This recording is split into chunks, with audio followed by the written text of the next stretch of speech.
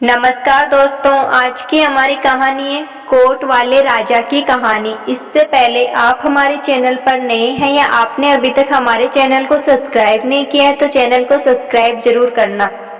बहुत पुराने समय की बात है। एक राजा की 7 बेटियां थी। एक दिन उसने अपनी बेटियों को बुलाया और उसने पूछा, मैं तुम्हें कैसा लगता हूँ? बड़ी बेटी ने कहा, आप मुझे मीठे लगते हैं। दूसरी ने पूछा तो उसने भी यही उत्तर दिया। फिर तीसरी, चौथी, पांचवी और छठी से पूछा, उन्होंने भी यही बात दोहराई। किसी ने गुड़ की तरह, किसी ने शक्कर की तरह, किसी ने शहद की तरह, किसी ने मिश्री की तरह पिता को मीठा बताया। जब 7वीं बेटी से पिता ने पूछा तो उसने कहा, पिताजी आप मुझे नमक की तरह मीठे लगते हो। यह सुनकर राजा को क्रोध आ गया और 7वीं बेटी से बोला, तुमने मुझे ऐसा क्यों कहा? लड़की बोली, पिताजी मैंने जो महसूस किया है वैसे ही कहा है। छोटी लड़की के मुख से ऐसा सुनकर राजा क्रोधित हो उठा। उसने अपने सेवकों को दरबार में बुलाया और आदेश दिया कि नगर के किसी खोटी आदमी को उठा लाओ। सेवकों ने पूछा, महाराज आप ऐसा क्यों कर रहे हैं? राजा ने कहा, मुझे अपनी छोटी लड़की की शादी उससे करनी है। राजा की बात सुनकर सब लोग चिंता में डूब गए। सभी मंत्रीगणों ने राजा को ऐसा अन्याय न करने की सलाह दी, लेकिन राजा ने उसकी एक न सुनी।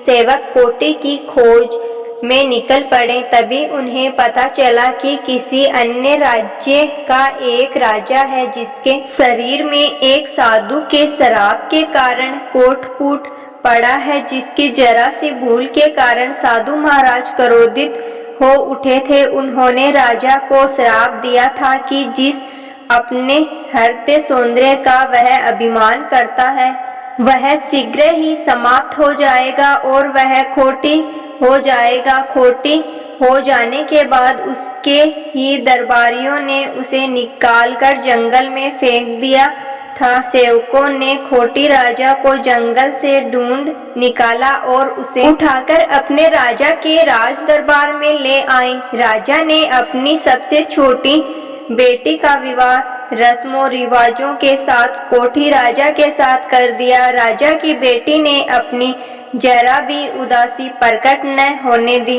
राजकुमारी राजमहल के वैभवपूर्ण जीवन को छोड़कर अपने पति को लेकर महल से बाहर निकल गई। भीख मांगकर उसने कोठियों को बिठाने वाला एक ठेला खरीदने के लिए पैसे जोड़ लिए। वह रोज उस ठेले में अपने पति को बिठाकर भीख मांगने जाया करती। एक दिन अपने खोटी पति का कहा मानकर रानी उसे सरोवर के पास ठेले में बैठा कर भीख मांगने चल गई।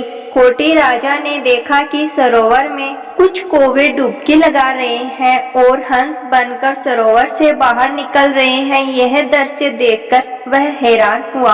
अचानक उसके दिमाग में एक विचार कूदा और वह सोचने लगा, क्यों न मैं भी सरोवर में डुबकी लगाऊं।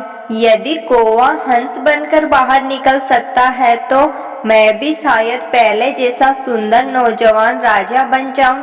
फिर उसने सोचा कि यदि मैं सुंदर नौजवान युवक बनकर निकलूंगा तो मेरी पत्नी मुझे पहचानेगी नहीं। यह सोचकर उसने एक उंगली को पानी से बाहर रखकर डुबकी लगाने का फैसला किया ताकि उसकी पत्नी उसे पहचान सके। इतना सोचकर वह पानी में कूद पड़ा। डुबकी लगाकर वह पानी से बाहर निकला तो उसका सपना साकार हो चुका था। वह मुस्कुराता हुआ ठेले पर बैठ गया। रानी जब काम से वापस आई तो उसने देखा कि उसके पति के स्थान पर एक सुंदर नौजवान ठेले पर बैठा हुआ उसकी ओर देखकर मुस्कुरा रहा है। उसके मन में ख्याल आया कि इस नौजवान ने उसके कोटी पति को मार डाला है और अब उससे शादी करना चाहता है। यह सोचते ही उसकी आंखें क्रोध से लाल हो गई। वह तुरंत उसके पास पहुंची और गुस्से में लाल पीली हो युवक से बोली, बता मेरा पति कहाँ है? युवक ने कहा, मैं ही तेरा पति हूँ। परंतु वह न मानी और रोते हुए बोली, तुम मुझसे झूठ कह रहे हैं हो, मेरा पति ही मेरा परमेश्वर है, मुझे किसी भ्रम में डालने की कोशिश न करो,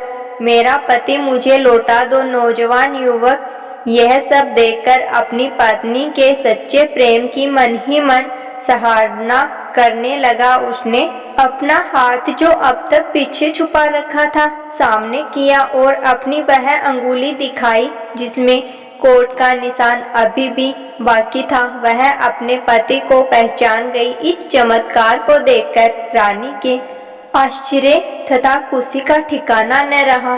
रानी ने हाथ जोड़कर प्रभु को धन्यवाद दिया। राजा अपनी रानी के साथ अपने राज्य में लौटा। समस्त प्रजा अपने स्वस्थ राजा को पाकर फूली न समाई।